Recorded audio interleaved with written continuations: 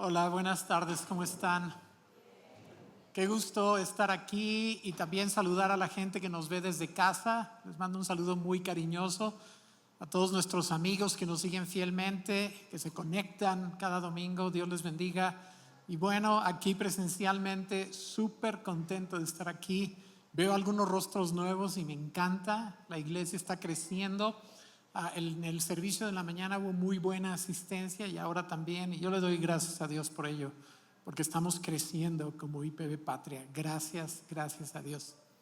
Y bueno, como dijo Robbie, estamos cerrando la serie y hemos estado 7 semanas aquí estudiando temas importantes y estamos muy emocionados por todo lo que Dios ha hecho. Hace ratito estaba platicando con alguien que me dijo que en su grupo en casa salían testimonios de todo lo que se había aprendido durante las predicaciones y cómo lo habían puesto en práctica, y estaban narrando los testimonios de cómo realmente Dios responde la oración cuando nos dedicamos a hacer su voluntad en nuestros hogares. Amén. Entonces yo le doy gracias a Dios por ello. Entre las cosas que vimos en esta serie, hablamos de las personas más importantes en el lugar más importante de la tierra y cómo podíamos crear un ambiente en casa que hiciera que nuestra familia, nuestros seres queridos, nuestros hijos llegaran a casa y se sintieran bienvenidos y sintieran como que la persona que lo recibe, que puede ser papá o puede ser mamá o puede ser alguien más en la familia, que realmente les hicimos el día al llegar a casa, ¿no?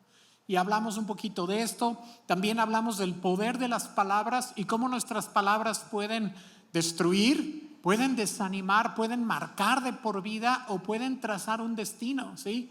Cuando hablamos cosas positivas y profetizamos y declaramos en fe cosas que aún todavía no son, pero que llegarán a ser. Entonces tocamos este tema tan importante. ¿Están de acuerdo conmigo? También hablamos de la gracia de Dios como el centro del hogar, una actitud de gracia en la cual el perdón es cosa de todos los días, en lo cual podemos ser quienes somos, ¿verdad? Y llegar delante de nuestro hogar y recibir gracia y amarnos unos a otros, perdonarnos, mostrar gratitud y bueno, todo lo que se depende de este concepto tan poderoso que es la gracia de Dios. Amén. Luego tocamos ese tema no tan sencillo de la disciplina y de lo importante que es la disciplina en casa, una disciplina en amor. Hablamos de una disciplina que prepara a los hijos no solamente para obedecer en casa, sino para más adelante en su vida obedecer a Dios, porque se traduce, ¿verdad? Se hace la transición de la obediencia en casa a la obediencia a Dios. Cuando enseñamos a nuestros seres queridos a obedecer, entonces les estamos preparando para que obedezcan a Dios y su vida será de mucho mayor bendición. Amén. También hablamos de que nuestros hogares pueden ser lugares sombríos y tensos o pueden ser lugares divertidos, y de cómo la diversión es tan importante. Pudiendo escoger, no sé, los 30 temas que pudiéramos dar, escogimos 7 y entre ellos pusimos este de la diversión porque creemos que es muy importante que a nuestros seres queridos quieran llegar a casa porque es un lugar divertido y no un lugar tenso de pleitos y de reclamos todo el tiempo. Amén. Y también en la semana pasada hablamos de nuestros hogares como un lugar de refugio, un lugar donde allá todas las tensiones de allá afuera podemos llegar a tocar base en casa y entonces recibimos amor y aliento y recibimos comprensión y recibimos aceptación de todo lo que sucede allá afuera. Y ustedes saben todas las presiones que hay para gente de todas las edades, pero cuando regresas a casa encuentras un lugar de refugio donde puedes ser quien eres, donde puedes preguntar lo que sea y puedes expresar lo que sea, porque no habrá como represalias. ¿Sí me explico? Puede que haya situaciones que requieran corrección, pero habrá siempre un ambiente de amor y de calidez. Y esto es lo que estuvimos hablando y se pasaron estas 7 semanas y hoy cerramos. Pero estamos confiando en que todo lo que recibimos lo estaremos poniendo en práctica como ya lo estamos haciendo, y esto será algo muy, muy poderoso en nuestras vidas como lo está haciendo. Amén. Hoy queremos hablar de cómo papá y mamá son los sacerdotes. Tomando la imagen del Antiguo Testamento, son los sacerdotes del hogar o los pastores del hogar, y queremos tocar ese tema el día de hoy para cerrar, para concientizar, para desafiar, para animar y para mostrar qué gran privilegio es que Dios nos conceda ser líderes en nuestro hogar y que no es algo pequeño. Muchas veces cuando hablamos de liderazgo decimos, bueno, todos los líderes, y bueno, si tú no eres líder en la empresa o en la política o en la educación, pues eres líder en casa, pero como premio de consolación. Y quiero decirte que hoy tenemos que cambiar ese concepto, porque el liderazgo más importante que puedes ejercer es el liderazgo familiar. De nada sirve que seas un gran líder en el ámbito de la empresa, de la educación, de la iglesia, si no eres un líder en casa. Entonces ese es el liderazgo más básico. Yo espero, con el favor del Espíritu Santo, y he estado orando por ello, poder comunicar un poquito de la importancia de esto. Amén. De hecho, quiero comenzar con una gran declaración que ya no les va a sorprender porque lo hemos mencionado aquí. Y esa declaración es que el hogar y la familia fueron lo primero que Dios creó, antes que la iglesia y la familia en Cristo. Dios creó el hogar y la familia. Y con esto no estoy diciendo que la iglesia no es importante ni la familia en Cristo. Claro que no estoy diciendo eso, porque muchas veces la familia en Cristo suple lo que nuestra familia de origen no nos pudo dar, y es maravilloso. Pero la verdad es que la primera institución que Dios creó fue la familia y el hogar, ¿ok? Y esto antes de que hiciera la iglesia. En Génesis 1, 27 y 28 dice: así que Dios creó a los seres humanos a su propia imagen. A imagen de Dios los creó, hombre y mujer los creó. Luego Dios los bendijo con las siguientes palabras: sean fructíferos y multiplíquense, llenen la tierra y gobiernen sobre ella. Dios primero instaura a la familia y luego le dice al hombre que gobierne sobre la tierra. Ese gobierno comienza en casa. Ese es el nido de donde sale todo lo demás. Entonces, aquí vemos cómo Dios hace primero a la familia y luego todo lo demás. Amén. Y bueno, también otra gran declaración importante es que antes de que hubiera sacerdotes profesionales estaban papá y mamá. Ustedes saben que el sacerdocio del Antiguo Testamento fue instaurado a través de la tribu de Leví. ¿Se acuerdan que los descendientes de Leví, los descendientes de Aarón, los levitas, por eso les llamamos así, porque son los descendientes de una de las tribus de Israel?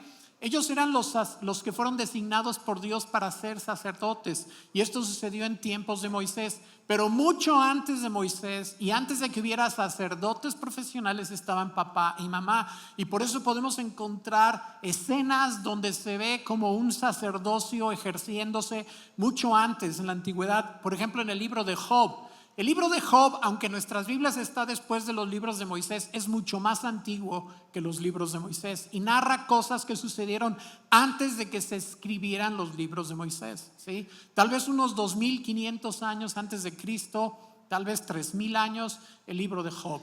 Y ahí dice en Job capítulo 1 versículo 5, hablando de los hijos de Job que a veces se juntaban como familia y festejaban, dice: cuando las fiestas terminaban, a veces después de varios días, o sea que eran bastante reventados los hijos de Job, dice: Job purificaba a sus hijos, les daba agua mineral. No es cierto.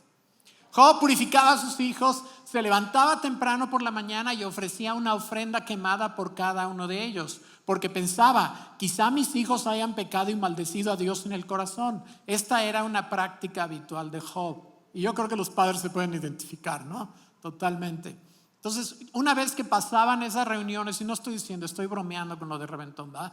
Eran reuniones de familia, todos los hijos de Job se juntaban y bueno, jugaban y todo eso. Pero Job, que siempre estaba al pendiente, decía: híjole, no alguno por ahí haya hecho algo que no está bien, y entonces le ofrecía sacrificios a Dios. Y yo no estoy diciendo que por aquí debemos de deducir que nosotros nos podemos arrepentir por nuestros hijos. No podemos. ¿Qué más quisiéramos? No podemos, ¿ok? Cada quien se tiene que arrepentir por sus propios errores, pero, y alguien pudiera pensar que este pasaje apoya eso, pero no va por ahí. Por lo menos mi apoyo en el pasaje no va por allí. Lo único que quiere decir es que papá y mamá, en su función de ofrecer sacrificios espirituales a Dios, interceden por sus hijos. No podemos arrepentirnos por ellos y que eso perdone sus pecados, pero podemos orar para que Dios les conceda arrepentimiento, y que si están haciendo algo que no está bien, puedan acercarse a Dios y resolverlo. Amén. Y esta es una función súper importante. Yo quisiera preguntar, de hecho, ¿cuántos de ustedes lo hacen?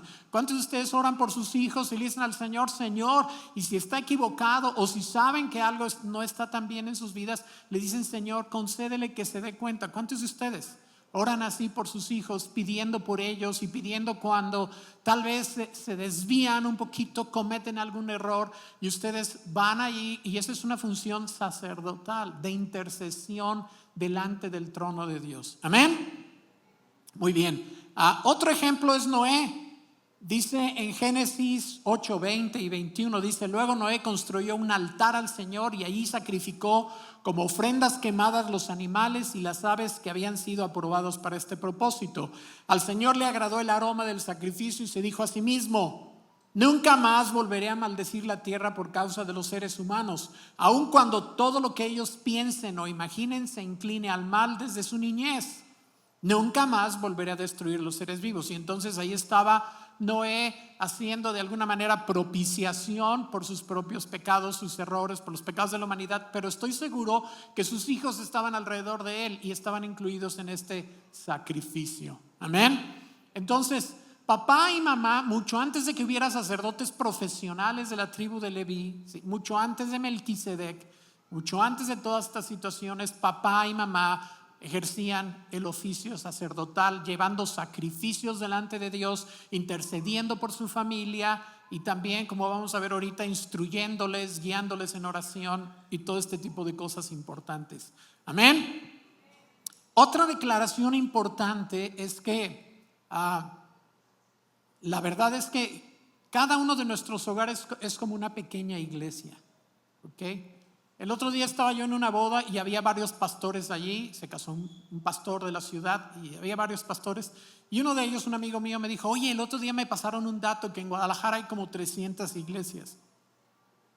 Yo le dije: yo creo que debe haber mucho más. Ese dato ya se viene manejando de tiempo atrás, pero yo creo que hay mucho más que 300 iglesias. Pero bueno, sí debe haber así, no sé, 300, 400, 500 iglesias. Gracias a Dios, y cada día surgen iglesias nuevas. Y él estaba muy feliz con esa cifra. Y cuando estaba preparando este mensaje pensé: ¿saben? Si cada uno de nuestros hogares es como una pequeña iglesia, entonces en Guadalajara hay cientos de miles de iglesias. ¿Sí? En cada colonia hay varias iglesias porque hay varios hogares y no es nada más rollo, no estoy nada más como manipulando las emociones. Ustedes saben, muchos de sus hogares son fuentes de luz. Son hogares donde la gente conoce a Cristo, donde sus vecinos conocen a Cristo, donde sus familiares llegan y conocen a Cristo. Y creo que es una de las herramientas más poderosas para alcanzar a las personas, un hogar cristiano. ¿Cuánta gente ha llegado a sus hogares, parientes o amigos o vecinos, con una carga y saben que ustedes son gente de oración? Todos los días sucede, dicen: ora por mí, tengo este problema, ora por mí. Y tal vez empieza por eso, porque reconocen que ahí está la presencia de Dios. Y ustedes oran por la persona y eso lleva a otra cosa y a otra cosa, y con el transcurso del tiempo esas personas conocen a Cristo y vienen a la iglesia junto con ustedes. Esto sucede todos los días, y entre más lo hagamos como intencionalmente, más poder vamos a tener en impactar. Entonces imagínense la cantidad de pequeñas iglesias que hay, ¿sí? En tu colonia, tu hogar es una pequeña iglesia con papá y mamá ejerciendo la función sacerdotal, la función pastoral. Amén.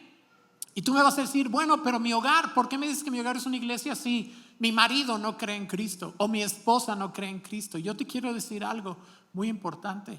Aun si tu esposo o tu esposa no son creyentes, tu hogar sigue siendo una iglesia y tú sigues teniendo una función sacerdotal y pastoral. Y no te lo digo yo porque tú dices: bueno, te voy a mostrar con la palabra del Señor en una cita que está en 1 Corintios 7 cómo esto es así.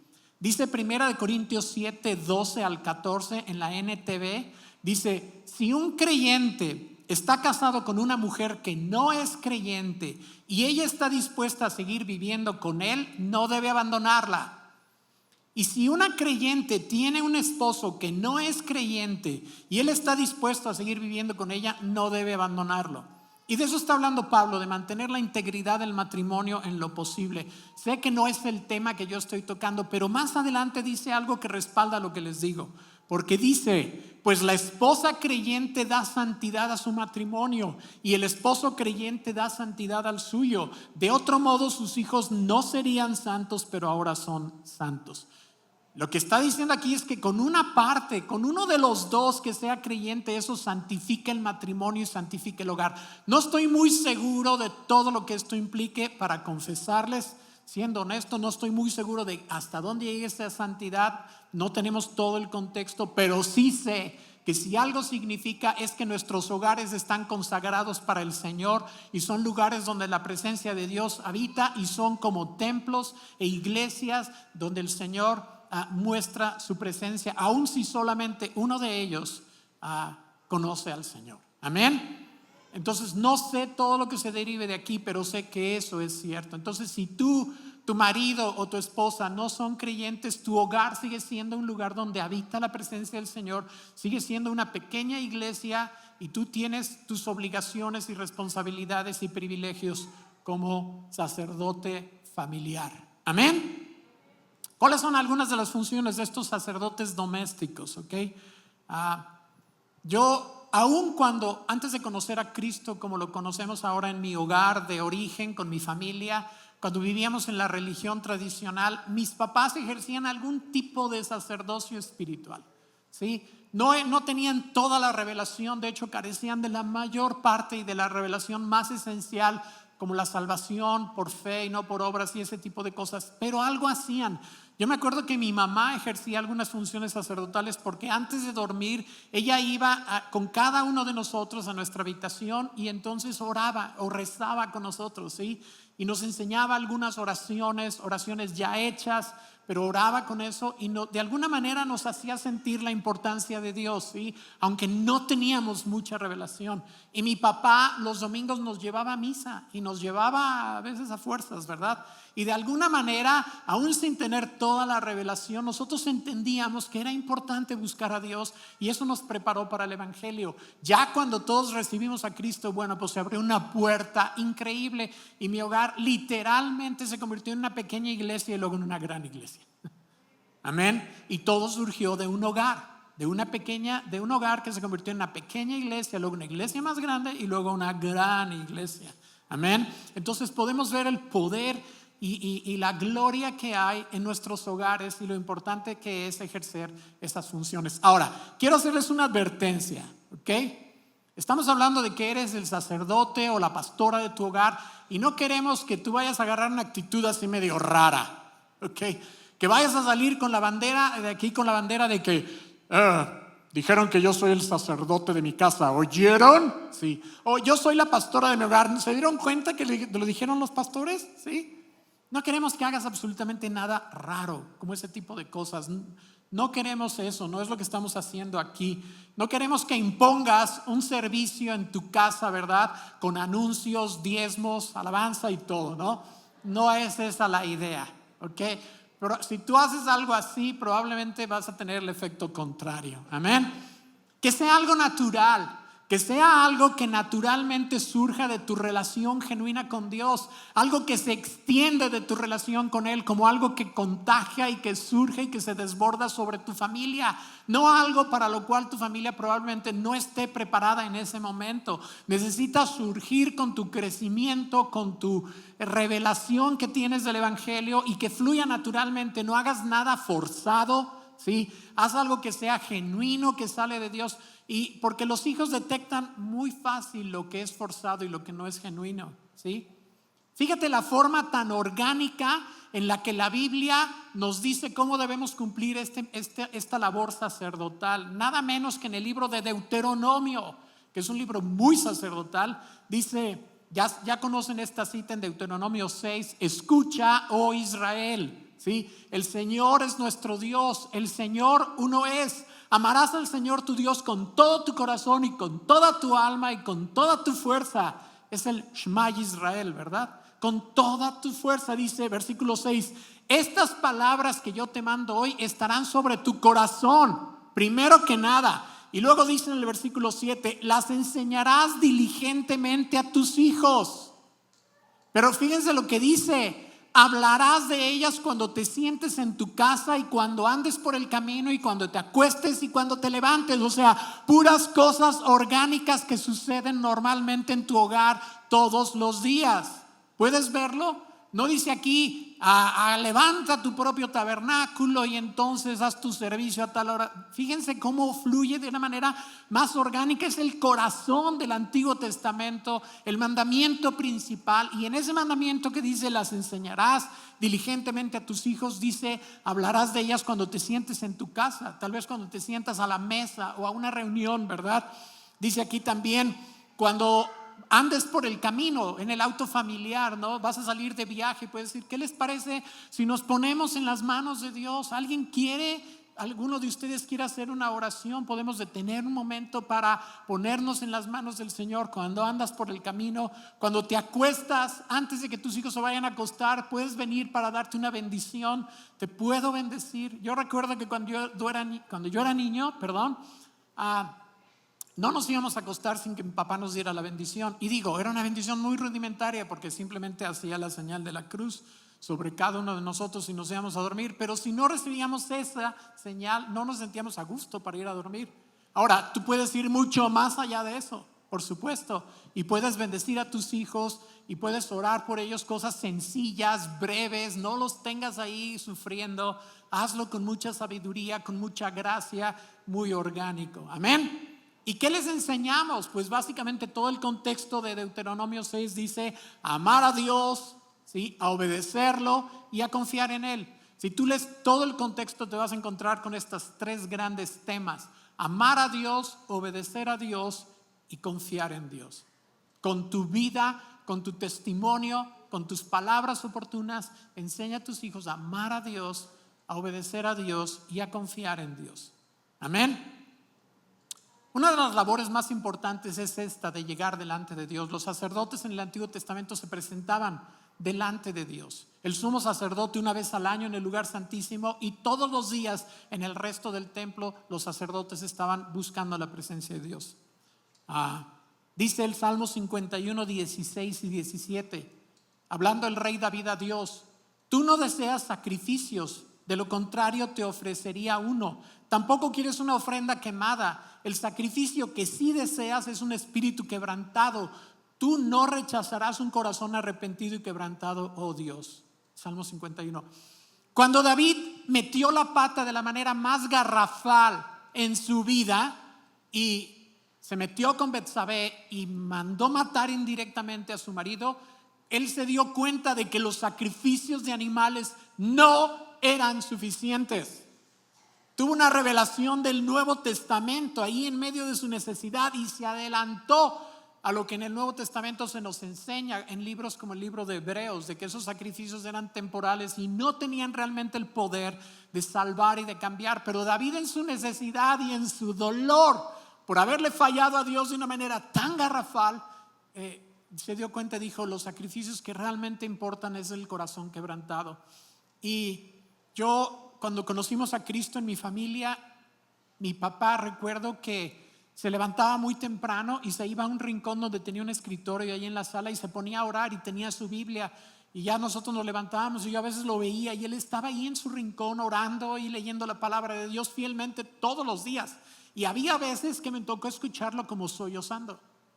Y yo decía, caray, era un momento muy santo. De hecho, ni no le acercábamos. Él no nos tuvo que decir, denme un espacio.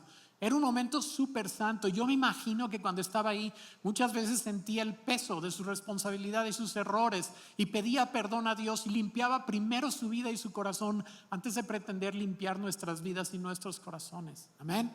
Y fue algo que me impactó y es algo que fue como un testimonio para mí, y es algo que procuro hacer todo el tiempo: ir delante del Señor, ponerme a cuentas con Él y luego poder ser una buena influencia para mi familia. Amén. Entonces ahí está, esta función es muy, muy importante. Derivado de esto, una vez que hemos estado en la presencia del Señor, podemos guiar a nuestra familia en oración. Podemos buscar momentos oportunos para orar por ellos, ¿sí?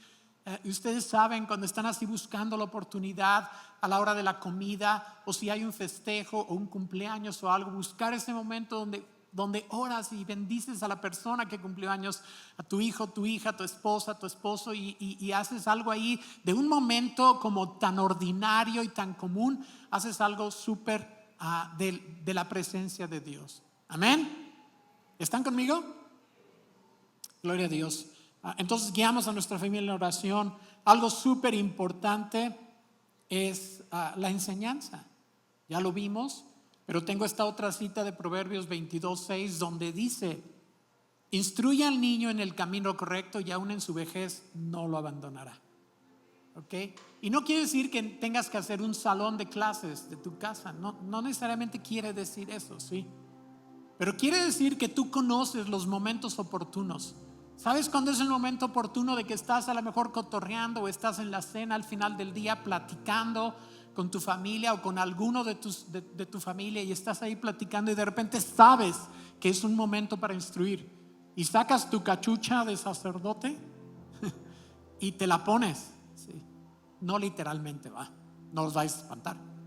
Te pones tu cachucha de sacerdote y reconoces que es el momento. Entonces mira, mijito, ven, déjame decirte algo. Y el Espíritu Santo entra ahí, ¿sabes? Y empiezas a hablar y empiezas a instruir. Y puedes terminar haciendo una oración sencilla. Amén. Yo me considero, cuando yo llego a casa, yo no soy el pastor Gabriel. Ninguno de nosotros saca sus títulos en casa. Yo no llego a casa y me abren la puerta y dice: ya llegó el pastor Gabriel. O sea, yo llego a casa y yo soy Gabriel, ¿sí? Pero soy un pastor de ocasión. Cuando la ocasión lo amerita, mi cachuchita, ¿no? Invisible. Y lo mismo hace Jesse, ¿ok? Entonces, siendo oportunos y siendo pastores de la ocasión, bendiciendo las reuniones especiales. Ser el sacerdote de la familia es un privilegio, no es una obligación que se haya que resentir.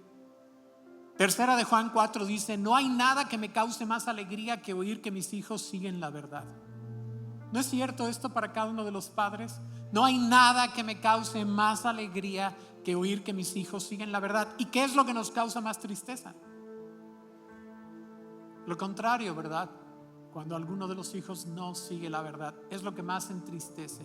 Pero la mayor alegría es saber que ellos siguen la verdad. Amén. Entonces, en estos tiempos, la familia está asediada. La familia está bajo fuego. Ustedes lo saben. Estaba hablando el otro día ¿nos recuerdan a Miroslav y Ana Raquel? Miros y Ana Raquel, de aquí de Patria, que se fueron a vivir a Croacia. Estaba platicando con él. Platico con él más ahora que está en Croacia, ¿lo pueden creer? Es la maravilla de la tecnología. Y me decía: no tienes idea, Gabriel, de cómo en estos lugares de Europa el concepto de familia ha desaparecido casi por completo. O sea, los chavos no tienen concepto de familia y lo único que quieren es huir de sus hogares. Y en cuanto a formar familia, no tienes una idea de lo que eso pueda significar, ¿sí? Probablemente no tiene nada que ver con lo que nosotros pensaríamos que es formar una familia. Entonces, la familia está bajo fuego y la mejor manera de preservar la familia es trabajando en ella día tras día. El lunes los varones de Patria y los de Norte nos juntamos aquí en Patria y estuvo Yesaya y nos habló increíble. ¿Cuántos estuvieron? Estuvo increíble, ¿verdad? Se aventó un mensajazo que decía que lo que contaba en la vida era una larga obediencia en la misma dirección. Y fue como nos dijo: es que nosotros queremos todo instantáneo y en la familia los frutos tardan años en darse, ¿sí? Y se trata de una larga obediencia en la misma dirección.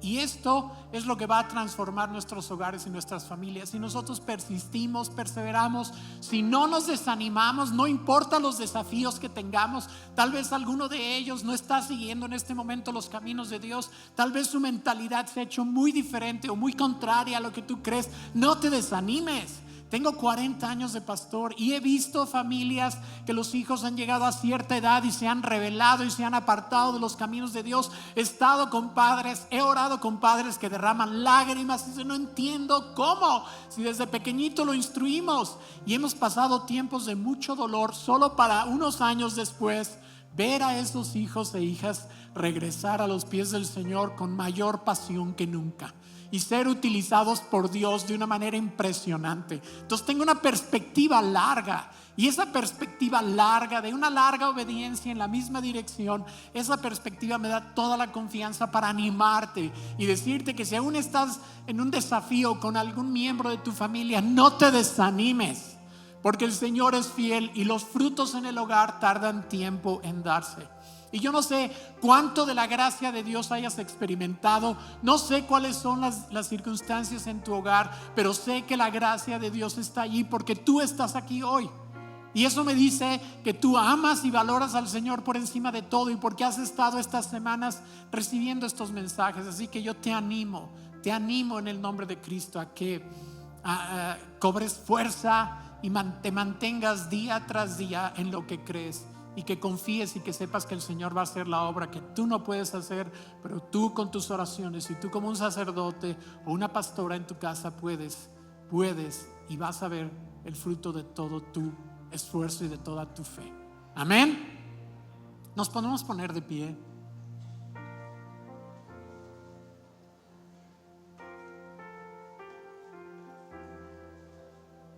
Recuerda que tu hogar es el lugar más importante de la tierra.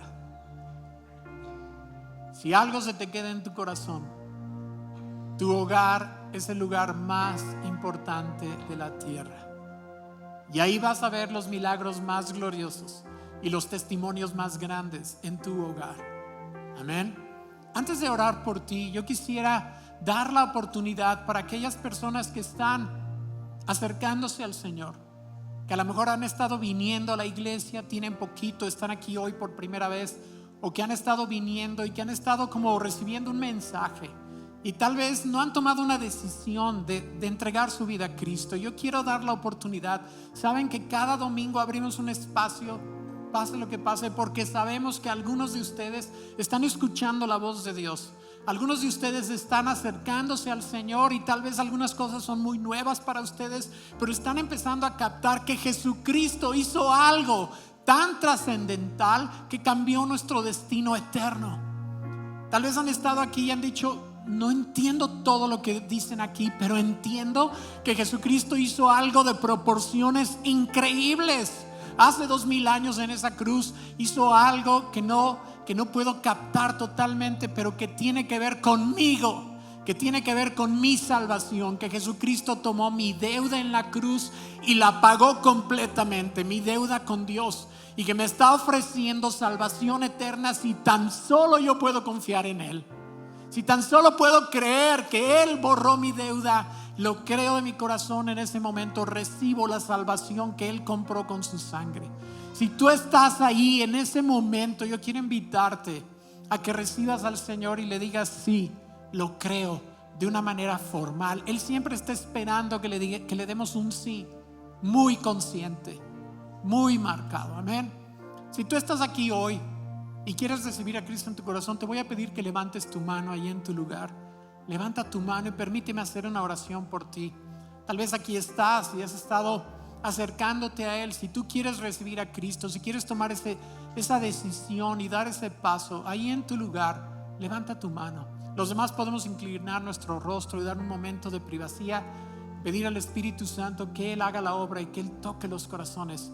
Si tú quieres decirle al Señor: Señor, te recibo en mi corazón, acepto tu salvación, acepto el perdón de mis pecados absoluto en la cruz y recibo tu salvación. Levanta tu mano ahí en tu lugar, déjame hacer una oración por ti. Amén.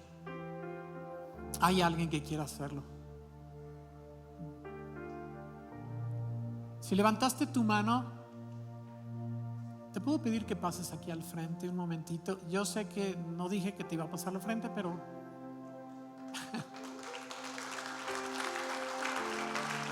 mi intención no es exponerte para nada. Mi intención es que juntos oremos por ti, le demos gracias a Dios por tu vida y que te acompañemos en este momento decisivo en el que tú le das tu corazón al Señor. ¿Estás lista? ¿Hay alguien más que quiera hacerlo también? Cada uno de los que estamos aquí lo hemos hecho en algún momento. También nos hicieron pasar al frente y todo. ¿Cuál es tu nombre? Jessica. ¿Quieres repetir conmigo, Jessica? Padre, yo creo que tú enviaste a tu hijo a morir por mí en esa cruz. Él tomó mi pecado y fue castigado en mi lugar. Yo ya no voy a recibir ningún castigo porque Él lo recibió por mí y me regala la salvación eterna si yo puedo creerle. Así que yo te creo. Creo que moriste en esa cruz por mí y te doy mi vida hoy. Sé mi Salvador y mi Señor para siempre. Y sé que nunca me abandonarás ni me dejarás. Amén. Amén. Un aplauso para Jessica.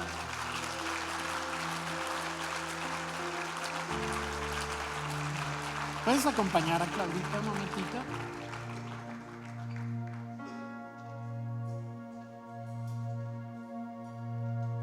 ¿Qué necesitamos pedirle a Dios? ¿Qué piensan que necesitamos pedirle en este momento tan especial?